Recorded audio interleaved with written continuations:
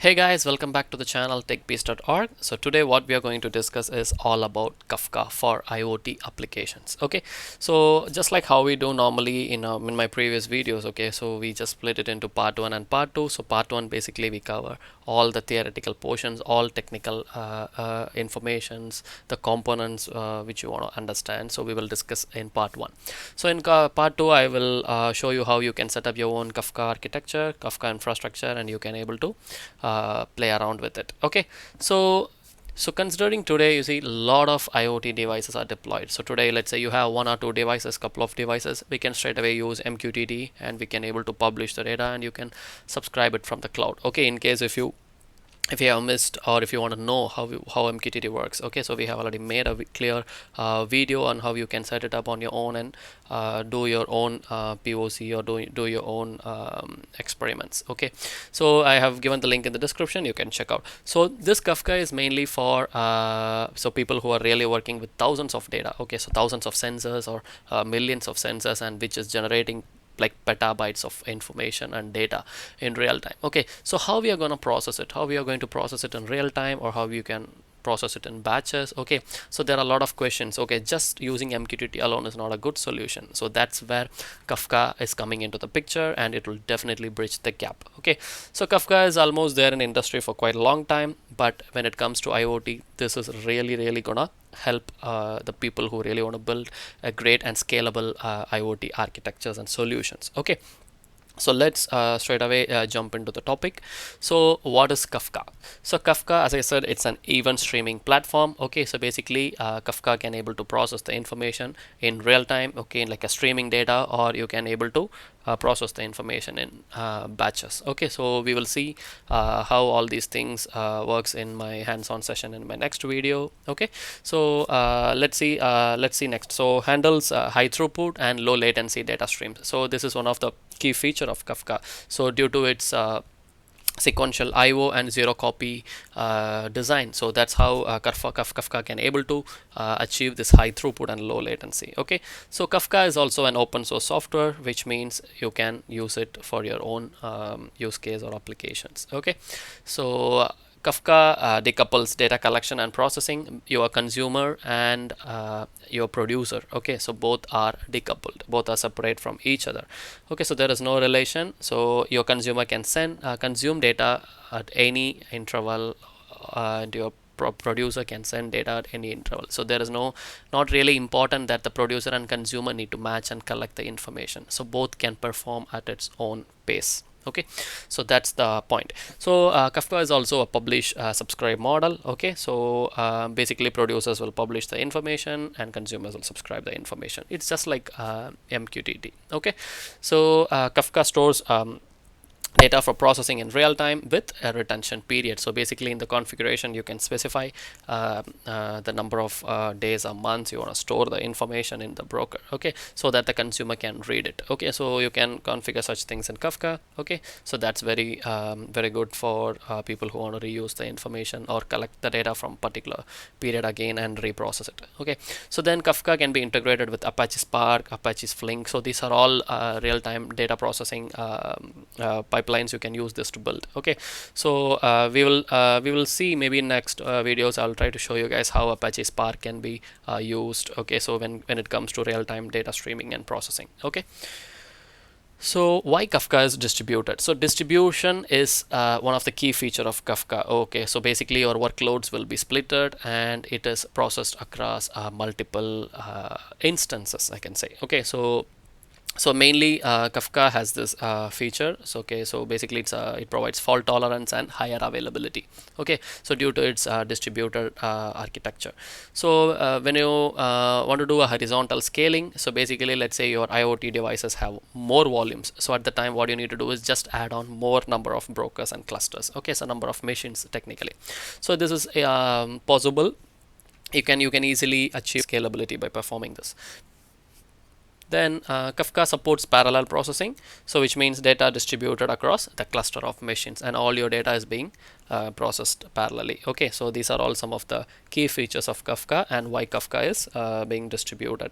Okay, So this is a basic Kafka architecture. Okay, so in the diagram you can see left side there is a producer. Basically this these are the clients which produce us the data. So it can be from anything like IoT sensors, or it can be a web pages where people click. If you want to track the how many people click your web pages, or it can be any financial transactions. Okay, so it can be anything, the producers. But in this case, let's just talk about IoT and the sensor data. Okay, so that's good to keep the track in in a easy way. So these are the producers and clients, except then all the producers, well, if you see here, consumers are on the right end, and in between there is a Kafka instance.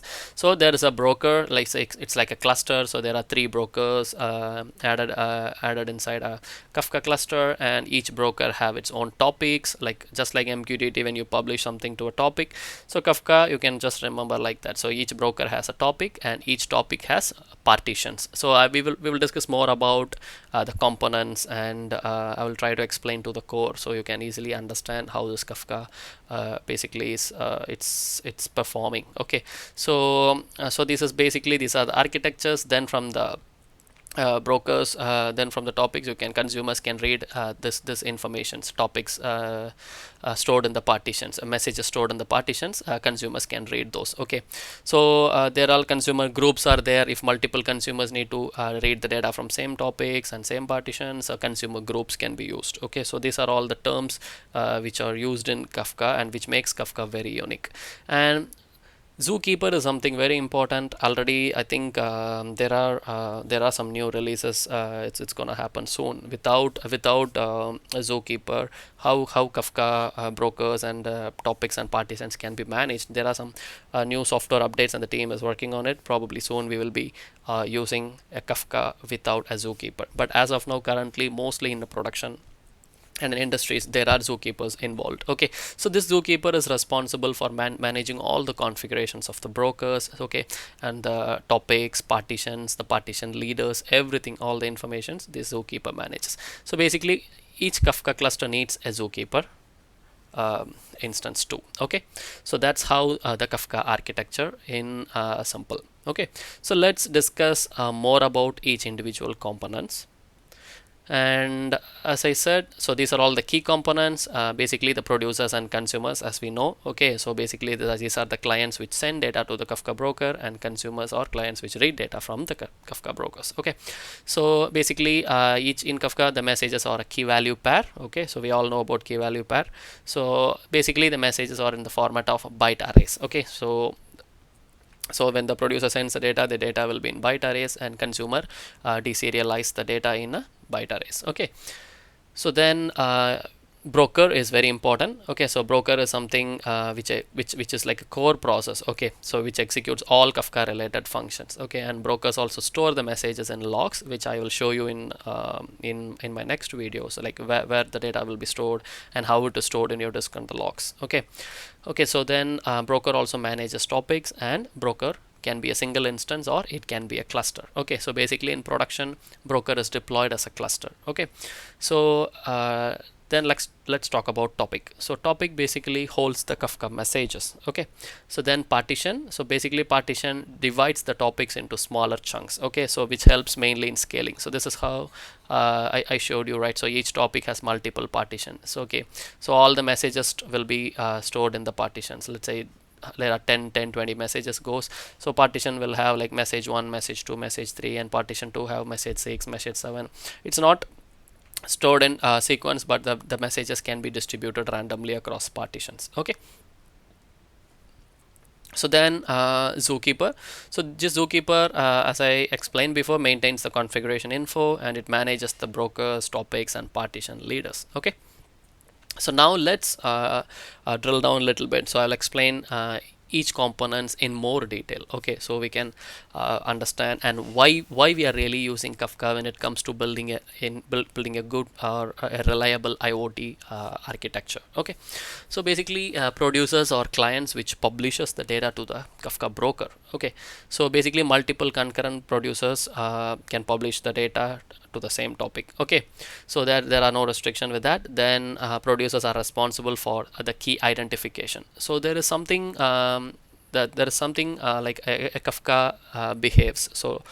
So as I said, the messages of the Kafka is like in a key value pair, correct? So each key will always ends up in the same partition.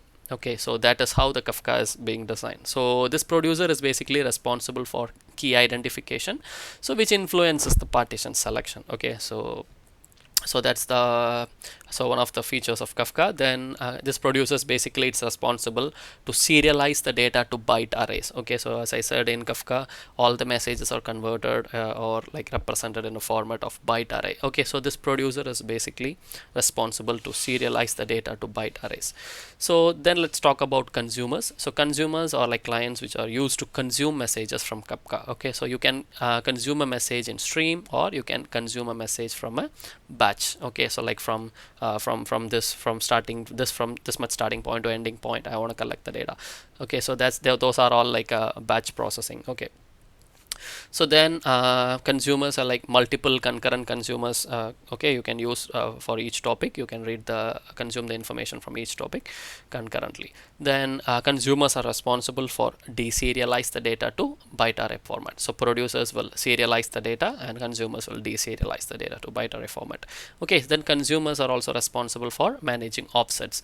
Okay, so Kafka basically let's say let's take a value from 1 to 10. Okay, so then if you want to read the value from next value, you want to read from 11 to 20. Okay, so that's how you can manage the offset, so you don't want to get any duplicates. Okay, so that's where this consumer comes in. So consumers also manages the offset.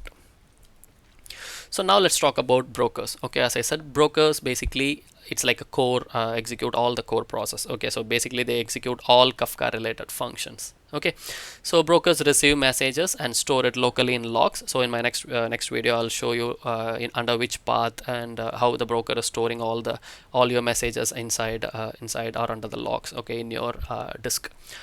So then brokers basically you see consumers subscribe to specific topic, okay, in a Kafka broker. So in Kafka brokers there are multiple topics. Okay, so you can create like let's say for example sensor 1 like temperature, pressure, humidity. So these are all the topic names you can create, and okay, so you consumers can subscribe to the specific topic name. Okay, so which are under the Kafka brokers. Okay, so brokers also maintain heartbeat. This is very important. So it also maintains heartbeat with the consumers, so that in case if the consumers are dead, it can reset it. Okay, so and so that's how your Kafka can Kafka's unique behaviors and features are coming in. So broker actually you can manage the topics and partitions. Brokers manages it. Brokers can be clustered, as I said. Okay, so based on your load. Okay, so let's say like gigabytes of data. Let's say it's 1 GB and you have like 3 broker clusters, and sooner you are adding more sensors and your data is being suddenly spiked up to like 10 gig, 20 gig, 30 gig. Okay, and that time what you need to do, just need to add more brokers to your cluster, and you can horizontally scale your Kafka cluster. Okay, so basically each partition have one leader broker. So as I said, under topics there are many partitions. Okay, so each partitions basically have one broker leader which is responsible for sending the message to that particular partition. Okay, so based on the key as I mentioned before. Okay, so here you can see replicate topic partitions. Okay, so brokers, you can replicate the topics partitions across brokers. So this is mainly to achieve the higher availability. So in case if one of the broker is down, right, so that the same topics and partitions can be replicated. Okay, so it will be available from another broker. So this is mainly for providing fault tolerance and higher availability. So now let's talk about topic. So topic basically holds the messages. Okay, so basically there are no limitations on message data formats. Your message can be anything. It can be a JSON, or it can be a CSV, comma separated value, or it can be audio, video, or any image, or any of the data formats. It doesn't matter, because Kafka, as long as your producer and consumers agree with the data format, there is no restriction, because every data you send over Kafka is converted into byte arrays, and you're gonna play with that. Kafka is gonna play with that. So each topics are basically it's created based on the use cases. Okay, so let's say if you're doing some IoT related informations, mostly we are going to deal with the telemetry data, like, okay, as I said. So it can be a light sensor, it can be a temperature sensor, okay, or it can be a pressure value, or it can be occupancy. Okay, mostly it's going to related to the time series information. So these are all certain things you need to plan. Okay, so how you are going to, how many topics you're going to create. Okay, so these are based on the use case. You can create the topics in Kafka. Okay, so the topic supports multiple publisher and consumers, okay, to function concurrently. Okay, so you can, there are n number of publishers can publish to the topic at the same time, and n number of consumers can be consumed from the topic at any time, basically on their own pace. So each topic has multiple partitions, okay, as I said, to distribute the data. So your data is basically distributed across the partitions, as I mentioned here. So your data will be distributed across, like 10 messages comes, means all the 10 messages will be randomly distributed across the partitions. Okay, so now let's talk about partition. So this partition is very important. Basically, this is responsible for fault tolerance, higher availability, scaling, everything. Okay, so each topic can have one to many partitions. There is no restrictions. Okay, so but partition is something which you need to set up when you are creating a topic. Okay, so it's not possible to later let's say, oh, okay, I want to add 3 more partitions. It's not possible. So that's why you need to make a solid plan before you create a partition. Okay, so it's something which you need to set up during topic creation. So topic partition is basically responsible for scaling and parallelizing, as I said. So in partition, basically messages are stored in partition logs. Okay, so just like the broker logs, as I said, partitions are it's similar. So that's where the partition logs are coming in. So partition logs, all your messages are stored inside that partition log. So partition 1 will have like messages from 1 to 10, or it can be from 1, 5, 6, 7, and partition 2 have like 2, 3, 8, 10. So randomly it will be the data will be distributed. So we can, well, in my next video I will show you so how this data is stored across the partitions. Okay, so each message is stored in one partition. Okay, so each partition has a leader responsible for updating the log. So as I said, each partition basically has a Kafka broker as a leader, which is responsible for updating the log. So whenever I say log, it's the messages. Okay, so and as I mentioned earlier, so messages with the same key always ends up and goes to the same partition. Okay, so now let's talk about Zookeeper. Okay, so the core component. So every Kafka instance or Kafka cluster basically needs a Zookeeper. Okay, so Zookeeper is responsible for managing your entire Kafka cluster. Okay, so Zookeeper helps to store the configuration. Okay, so Zookeeper manages the broker. Okay, so always when you spin up a cluster, like number of brokers, the first broker whichever is spinning up, right, when you create, it will register with the Zookeeper as an active controller. So basically that broker is going to be the leader. Okay, like an active controller. So in case if anything happens, or if the broker fails, right, the other broker will take this active controller position, and it will control the entire cluster. Okay, so manages the, if broker fails, and it manages the topics and creation partitions, and it also manages the partition leaders. Okay, so basically this is going to be our setup.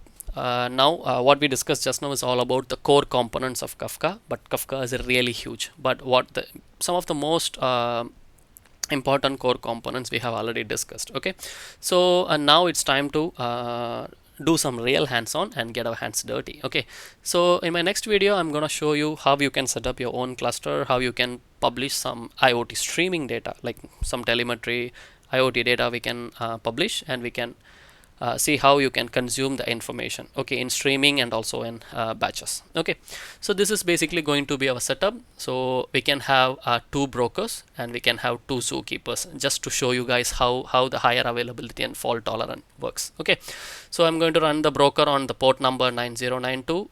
This 2 is for, one is for internal access and one is for external access. So that's why you see 2 port numbers here.